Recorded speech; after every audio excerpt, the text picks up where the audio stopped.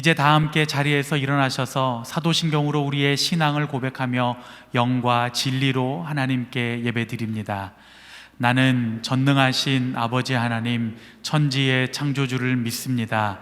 나는 그의 유일하신 아들 우리 주 예수 그리스도를 믿습니다. 그는 성령으로 잉태되어 동정녀 마리아에게서 나시고 본디오 빌라도에게 고난을 받아 십자가에 못 박혀 죽으시고 장사된 지 사흘 만에 죽은 자 가운데서 다시 살아나셨으며 하늘에 오르시어 전능하신 아버지 하나님 우편에 앉아 계시다가 거기로부터 살아있는 자와 죽은 자를 심판하러 오십니다. 나는 성령을 믿으며 거룩한 공교회와 성도의 교제와 죄를 용서받는 것과 몸의 부활과 영생을 믿습니다. 아멘.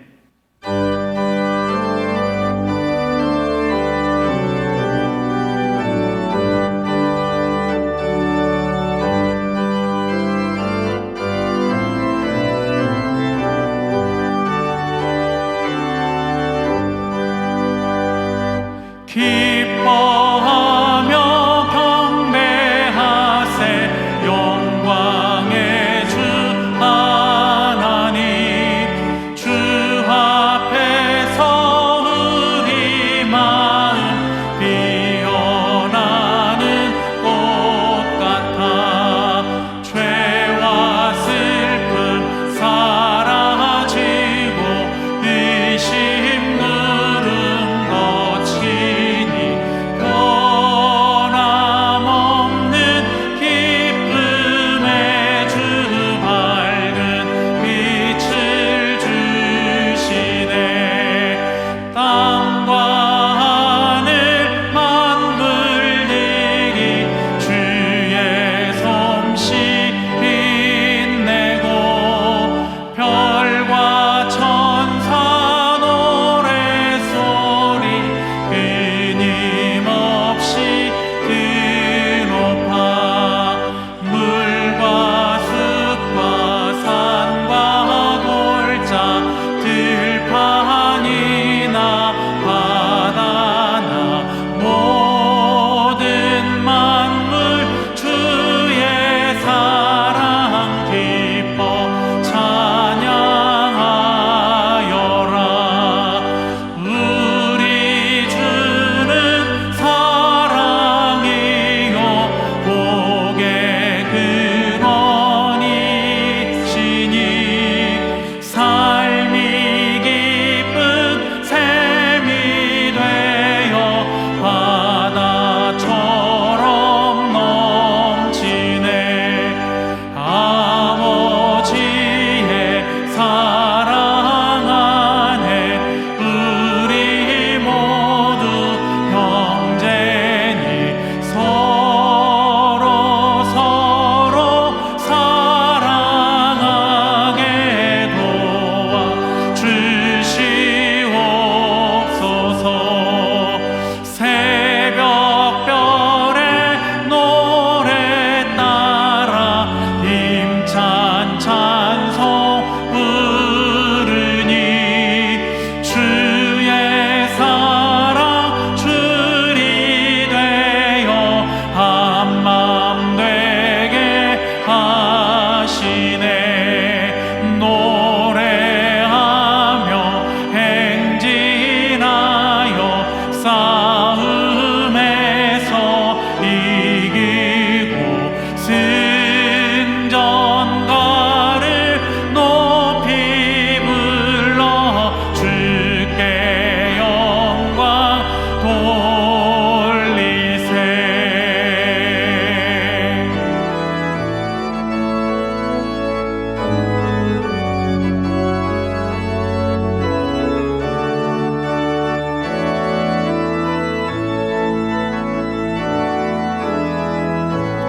나의 기도하는 것보다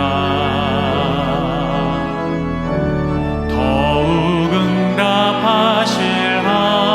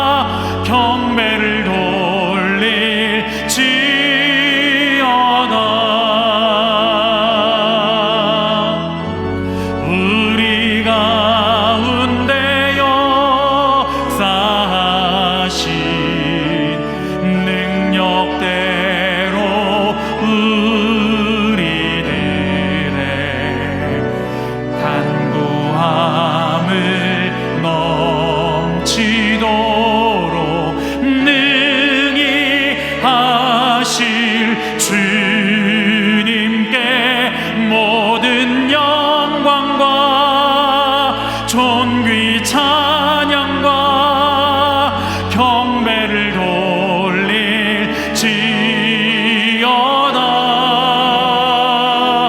모든 영광과 존귀 찬양과 경배를 돌릴지어다.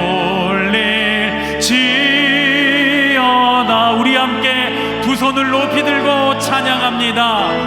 주님의 높고 위대하심을 내 영혼이 찬양하네. 주님의 높고 위대하심을 내 영혼이 찬양하네.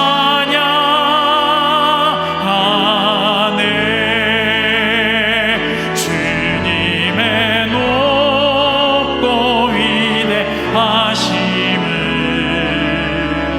내 영혼이 찬양하네. 주님의 높고 위대하심을 내 영혼이 찬양하네.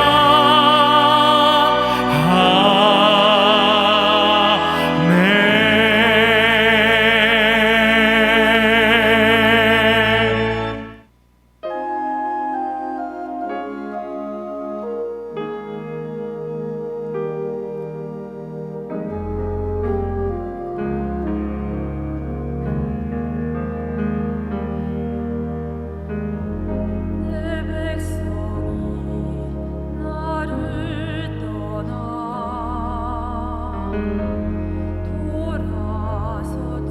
돌아섰지만 내 사랑이 내 백성을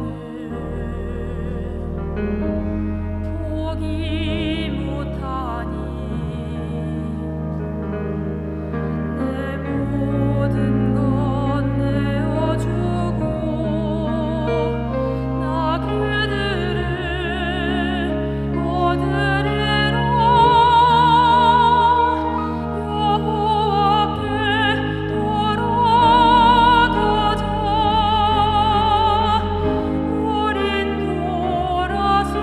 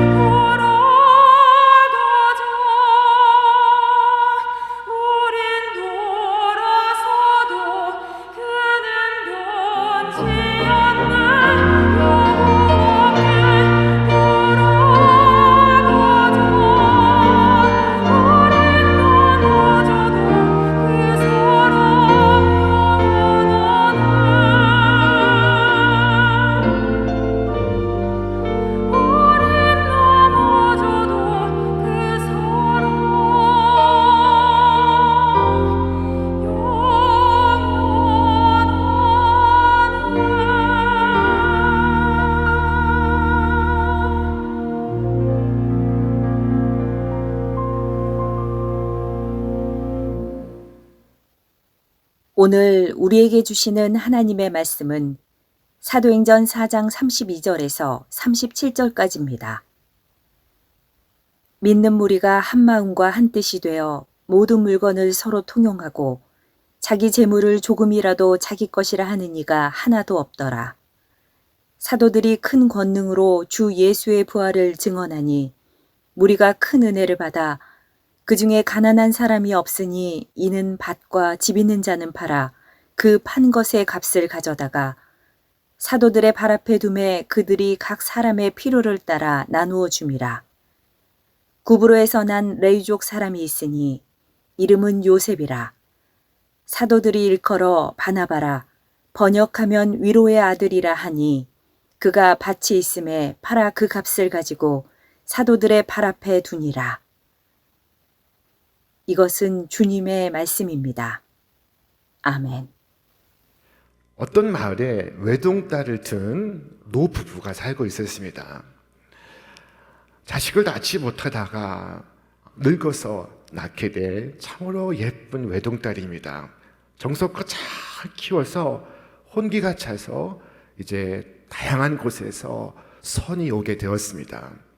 그때 이 노부부는 딸을 위해서 이 두 청년을 골라 이야기를 합니다. 얘야, 저 동쪽 마을 최부잣집 아들은 얼굴은 비록 멋지진 못해도 집안 살림이 넉넉하고 풍요로우니 그 집도 좋고, 또 저 서쪽 마을 김선비집 아들은 비록 살림은 빈하지만 그러나 그 얼굴이 반듯하고 용모가 좋으니 네 생각에는 어떠냐? 자, 이렇게 하자. 네가 동쪽 최부잣집 총각이 마음에 들면 오른손을 들고, 서쪽 마을 김선비집 아들이 마음에 들면 왼손을 들거라. 자, 준비되었지? 하나, 둘, 셋 하니 이 딸이 두 손을 번쩍 들었습니다. 어안이 벙벙해진 부모가 그 이유를 물으니 이 딸이 말합니다. 밥은 부자인 동쪽 집에서 먹고 잠은 멋진 남자가 있는 서쪽 집에서 가서 잘래요. 이 이야기가 동가식 서가숙이라는 말에 얽힌 이야기입니다. 양다리를 걸치고 그리고 한쪽도 포기하지 않는 욕심을 가리키는 말입니다. 우리 기독교 신앙생활에도 이와 유사한 유혹이 있습니다. 그것은 신앙을 관념적으로 가졌을 뿐 실제의 삶과는 관계가 없는 것으로 생각하는 것입니다. 믿음 생활은 머리로 하는 성경 공부 혹은 기도하는 것으로 알고 거기까지만 생각하고 살아갑니다. 그 외 모든 생활, 가정생활, 직장생활, 모든 물질생활, 그것은 믿음과 상관없이 살아갑니다. 마음은 하나님을, 몸은 물질을 섬기는 자로 우리가 부름받은 것이 아닙니다. 하늘에선 하나님을 섬기고 땅에선 바알을 섬기는 자로 우리가 부름받은 것이 아닙니다. 그런데 신앙 따로 생활 따로 이처럼 많은 잘못된 신앙을 오히려 잘 믿는 것으로 착각하며 살아갑니다. 이것이 큰 함정입니다. 초대교회는 이 같은 신앙의 오류가 없었습니다. 저들의 믿음은 삶 속에서 그대로 구현되는 실천적인 신앙이었습니다. 정치, 사회, 경제 모든 것이 신앙화 되었습니다. 초대교회 성도의 삶의 모습을 여러분 한번 보시겠습니까? 첫째, 그들은 물질을 통용하고 있었습니다. 어떻게요? 믿는 무리가 한 마음과 한 뜻이 되어 모든 물건을 서로 통용하고 자기 재물을 조금이라도 자기 것이라 하는 이가 하나도 없더라. 어떻게 이런 일이 일어날 수 있을까요? 요즘 이 세태에 부부 사이에도 통장을 따로 갖고 부자 사이에도 소유가 엄연한데 어떻게 이 초대교회 성도들 사이에 내 것이 없었을까요? 한마음 한뜻이 되어 모든 것을 통용하고 있었습니다. 이기심이 없고 욕심을 찾아볼 수 없습니다. 내 것이라 하던 것이 더 이상 내 것이 아닙니다. 자기 재물을 조금이라도 자기 것이라 여기는 자가 하나도 없더라. 초대교회가 세워지고 100년이 흐른 후에 신학자였던 터툴리안의 글에 보면은 이 세상 사람들이 교회 성도들을 향하여 이처럼 말한 것이 기록되어 있습니다. 보라, 저들이 어떻게 서로 사랑하는가를, 저들은 이제 서로 죽기도 사양치 않는구나. 저들은 아내 외에는 무엇이나 공동으로 가지기를 주저하지 않는다. 그로부터 100년이 흘렀습니다. 주후 3세기 기독교에 대한 핍박이 극심했을 때 또한 유세비우스라는 이 신학자의 글에는 이런 대목이 실려 있습니다. 한 성도가 재산을 몰수당하면 주위 성도들은 그의 생활을 책임졌고, 다른 데로 피신을 가면 목사의 소개장 하나로 의뢰이 그곳에서 그의 생활을 책임졌다. 당시에 로마의 감독은 로마 전역의 기독교인으로서 걸식하는 자는 하나도 없다 라고 말했습니다. 초대교회는 자기 재물을 조금이라도 자기 것이라 하는 이가 하나도 없었습니다. 이것이 가능했던 이유는 저들 속에 무엇인가가 있었기 때문입니다. 재물보다 더 큰 것, 더 귀한 것, 무엇인가가 저들 가운데 있었습니다. 그것이 무엇이었을까요? 그것이 바로 은혜였습니다. 우리 말씀 같이 읽겠습니다. 사도들이 큰 권능으로 주 예수의 부활을 증언하니 우리가 큰 은혜를 받아. 이 사도들이 주 예수의 부활을 전하니 이들이 큰 은혜를 받았습니다. 주 예수께서 나를 대속하여 십자가를 지시고 나를 위해 부활하사 생명의 주와 구주가 되셨으니 온 무리가 큰 은혜를 받았습니다. 예수님의 부활은 첫 번째 부활입니다. 두 번째, 세 번째 부활도 있습니다. 그것은 나의 부활입니다. 이 썩어질 육신을 벗고 썩지 않을 몸을 입어서 영원히 영생 복락을 살 것이라는 이 약속, 이것이 오늘 주 예수 그리스도의 부활에 담긴 우리를 위한 약속입니다. 이 세상의 전부가 아니라 죽음 뒤에 영원한 삶, 영생이 우리에게 있다는 증거입니다. 그러므로 영생의 소망을 가진 자마다 하늘의 큰 은혜를 누립니다. 영원한 소망이 있기에 일시적인 욕망을 버릴 수가 있습니다. 죽음을 이기고 영원한 삶의 소망을 갖게 된 성도들은 큰 은혜를 받았습니다. 큰 은혜를 받았으니 자신에게 있는 것을 나누어 주고 싶습니다.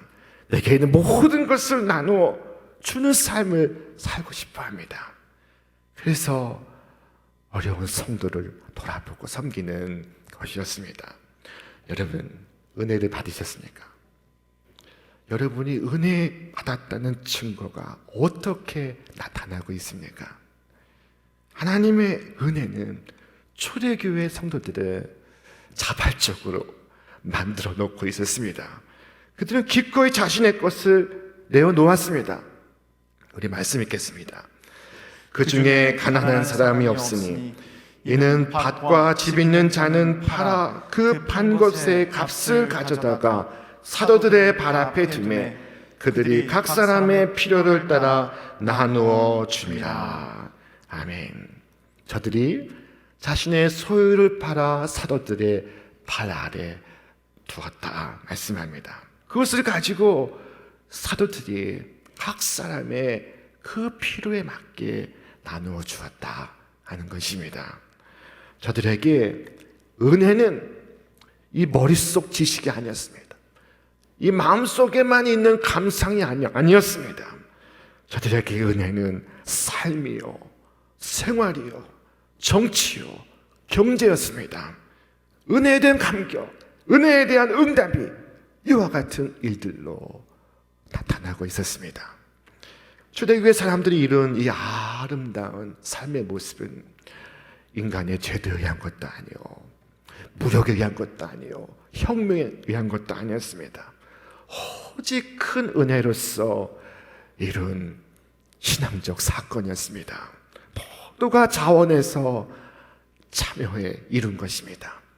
여러분, 돈에 대한 그의 태도를 보면, 물질에 대한 그의 자세를 보면 그가 얼마큼 하나님의 은혜를 만끽하는가를 우리는 알 수가 있습니다.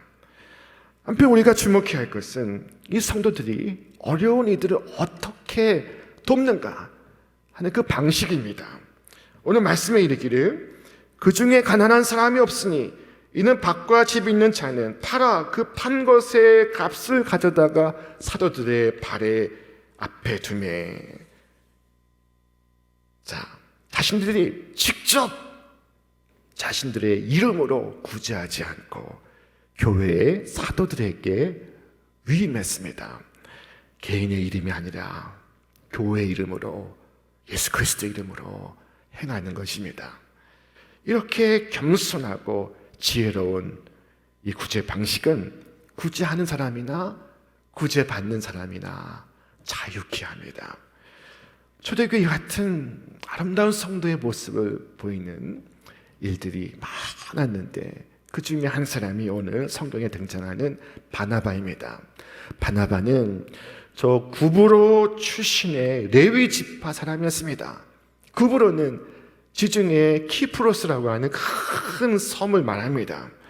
그는 가난한 사람들을 구제하기 위하여 자신의 밭을 팔아서 그 값을 사도들에게 가져왔습니다. 그에게는 요셉이라고 하는 본래 이름이 있었으나 사람들은 그를 바나바라고 불렀습니다.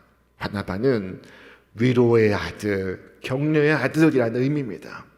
그가 위로하는 자요, 격려하는 사람이라는 뜻입니다. 여러분, 누군가로부터 따뜻한 격려를 받아본 적이 있습니까? 배우자에게든 자녀에게든 부모님에게든 직장 동료 누구에게서든 진심으로 따뜻한 위로의 말, 용기의 말을 들은 적이 있습니까? 그렇다면 여러분 정말 행복한 분이십니다. 요즘 온갖 비판과 정죄가 난무하는 세태 속에 우리가 살아가고 있습니다. 신문을 펴면 온갖 비판의 글들로 가득합니다. 인터넷에 글이 하나 오르면 그 아래에 수많은 비난과 욕설이 난무합니다. 지금 우리는 코로나19로 인해서 어려운 시기를 함께 지나가고 있습니다. 많은 분들이 어렵지만 특별히 자영업자들과 소상공인들이 큰 어려움을 겪고 있습니다. 많은 가게들이 폐업을 신고하고 있습니다. 그들 가운데 스스로 목숨을 끊는 분들이 신문에 등장하고 있습니다. 하지만 따뜻한 위로의 말을 발견하기가 어렵습니다. 이 척박한 세상에 누가 형제를 위로하고 있습니까? 이 각박한 시대에 누가 화살을 맞아 신음하는 자를 찾아가 격려하고 있습니까? 오늘 말씀 속에 보니 그들은 모두 교인들이었습니다. 바나바와 같은 사람들이었습니다. 바나바는 자기 밭을 내어놓았습니다. 그것은 어떤 공명심에 붙잡힌 것도 아니에요. 자기가 필요치 않아서 내놓은 것도 아니었습니다. 그가 자기의 소유를 판 다 하나의 이유는 가난하고 어려운 이들에게 위로가 되고 싶어서, 격려가 되고 싶어서였습니다. 바나바는 알았습니다. 그가 자신의 밭을 팔아서 내어놓은 듯 많은 교인들에게 큰 힘이 될 수 없다는 것을. 여러분, 초대교회는 3,000명이 일시에 등록을 하고 이후에 남자의 수만 헤아려서 5,000명이 등록하는 초대형 교회였습니다. 바나바가 아무리 부자인데 그 밭을 팔아서 어떻게 그 많은 사람에게 도움을 줄 수 있겠습니까? 자, 그럼에도 불구하고 바나바는 격려하고 싶은 마음에서 어려운 한 명의 성도를 생각해서 자신의 소유를 내어놓고 있었습니다. 그러고 돈이 필요 없었겠습니까? 그러고 쓸 데가 없겠습니까? 그의 취미생활을 위해서 또 그의 저축을 위해서 쓸 곳이 많았을 것입니다. 그러나 그는 위로하고 격려하기 위해서 자신의 밭을 팔아 내어놓고 있습니다. 자기에게 부족함이 없기 때문에 다른 사람을 돌아보는 것이 아닙니다. 자기에게 필요한 것이 없어서 자기 소유를 내어놓는 것이 아닙니다. 나도 쓸 것이 많고 나도 필요한 것이 많습니다. 그러나 내 것을 희생하고 다른 사람 위에 내어놓는 것입니다. 진정한 의미에서 격려의 삶은 소유의 문제가 아닙니다. 그것은 태도의 문제요, 자세의 문제입니다. 얼마를 가졌느냐 하는 것보다 어떤 자세를 가졌느냐 하는 것에 문제인 것입니다. 오늘 이때에도 넘어진 자를 일으켜 세워 격려할 자가 필요합니다. 위로의 사람이 필요합니다. 여러분, 여기 넘어져 보지 않은 분 계시니까? 넘어지지 않을 수 있는 분 계시니까? 그렇다면 우리 모두 격려가 필요한 사람입니다. 우리 모두 격려하는 사람이 되어야 합니다. 바나바와 같이 이웃의 필요를 생각하는 자, 이웃을 믿어주는 자, 이웃을 일으켜 세워주는 자, 우리가 이러한 삶을 살아갈 때 오늘 이 불신의 세상 속에서도 우리의 성도의 모습을 통해서 그리스도의 이름은 높임 받을 것입니다. 초대교회의 모습은 당시 불신 세상에 엄청난 충격을 가져다 주고 있었습니다. 당시 세상은 약육강식의 정글 같은 세상이었습니다. 당시 1세기를 연구하는 역사가에 의하면 보상을 기대하지 않고 베푸는 자선은 로마 사회에 존재하지 않았다라고 말하고 있습니다. 그러나 이 초대교회는 세상과 전혀 다른 공간이었습니다. 연약한 사람, 실패한 사람, 소외된 사람 위로하고 격려하고 품어주고 일으켜 세워주는 곳이었습니다. 교회가 이렇게 연약한 사람, 실패한 사람, 소외된 사람 일일이 찾아가 위로하고 격려하고 세워주니 많은 사람들이 교회가 가보고 싶은 곳이 되었습니다. 한 번쯤 가보고 싶은 곳이 되었습니다. 자신은 비록 지금 교회 나가지 않아도 교회가 세상의 희망이라고 생각했습니다. 이것은 오늘도 마찬가지입니다. 지금부터 120년 전에 저 아메리카 대륙으로 우리 조선 사람들이 이민을 가기 시작했습니다. 처음에는 저 사탕수수밭의 노동자로 하와이로 가고, 그 다음에는 LA로 가고, 뉴욕으로 가고, 시카고로 가고, 애틀랜타로 갔습니다. 미국에 간 우리 한인들은 제일 먼저 교회를 찾아갔습니다. 교회를 찾아가면 동포를 만날 수 있고, 고향 사람을 볼 수 있고, 그리고 허기진 배를 채울 수 있었습니다. 교회 가면 위로를 받을 수 있고, 교회 가면 격려를 받을 수 있고, 사랑을 받을 수 있고, 사랑을 베풀 수 있었습니다. 먼저 온 이들은 나중 온 이들을 위하여 직업을 구해주고 또 주택을 알선해 주었습니다. 이 모든 것이 교회에서 이루어지고 있었습니다. 그리고 그들의 2세, 3세들이 교회에서 태어나 성장하기 시작했습니다. 교회가 아니었으면 황폐한 삶을 살아가야 했던 우리 이민자들이 교회에서 쉼을 얻고 위로를 얻고 격려를 얻고 소망을 얻었습니다. 여러분, 6.25 직후 세워진 우리 교회도 똑같은 일을 했습니다. 일제 식민지 차 끝나자마자 전쟁이 터지고 폐허가 된 이 사회 속에 우리 교회가 처음 그 모습을 나타내기 시작했습니다. 이 땅에 핍절한 백성들, 고독하고 외로운 사람들, 그 모든 사람들을 위하여 우리 교회가 위로가 되고 격려가 되고 희망이 되었습니다. 여러분, 오늘 21세기 이 코로나가 다시 이 땅을 황폐하게 유린할 때 우리가 이 교회의 아름다운 전통을 지켜가고 이어가기를 바랍니다. 우리가 서로에게 위로가 되고 격려가 될 수 있기를 바랍니다. 오직 구원의 확신을 가진 성도만이, 천국의 확신을 가진 성도들만이 서로 뜨겁게 사랑할 수 있습니다. 여러분, 성도 간에 격려하는 이 추석 명절 기간이 될 수 있길 바랍니다.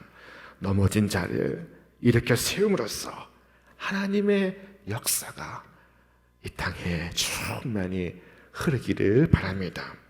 우리 교회는 추석이 시작되는 오늘부터 연말까지 공감 소비 운동을 펼칩니다. 공감 소비 운동이 무엇일까요? 이 코로나로 인해서 많은 분들이 어렵지만 우리 소상공인, 자영업 하는 모든 분들이 어려움을 겪고 있습니다. 거리를 나서면 폐업하는 곳을 여러분 쉽게 만날 수 있습니다. 우리 교회는 성도들이 운영하는 이 작은 자영업, 소상공인 점포와 가게와 상점들이 150개가 넘습니다. 그 목록이 책자로 다음 주에 발간되어서 여러분에게 배포가 될 것입니다. 교인들 중에 굶어 죽을지라도 구제 요청하지 않는 교우가 많은데, 여러분, 그 곁에 우리 친구들이 그 사정을 잘 알아서 교회에 말씀해 주시기를 바랍니다. 교회가 돕겠습니다. 그리고 저들을 세운 일에 여러분 우리가 다 함께 해 주시기를 바랍니다. 내가 얼마를 가졌느냐 하는 문제가 아닙니다. 내가 어떤 마음으로 살아가느냐 하는 이 자세의 문제입니다.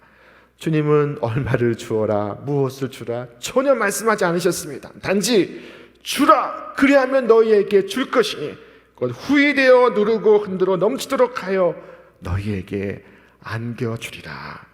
너희가 헤아리는 그 헤아림으로 너희도 헤아림을 도로 받을 것이니라. 하나님은 주는 자를 베풀어 두지 않으십니다. 오늘 이기적인 나라, 이기적인 개인은 망할 뿐 아니라 그 모든 사람을 망하게 합니다. 오늘 우리는 격려의 사람이 되어야 할 줄로 믿습니다. 이 특별한 절기에 우리가 받은 큰 은혜를 나눌 수 있기를 바랍니다. 20세기에 인도의 성자 선다싱은 펀잡 지역의 대부호의 아들로 태어났습니다.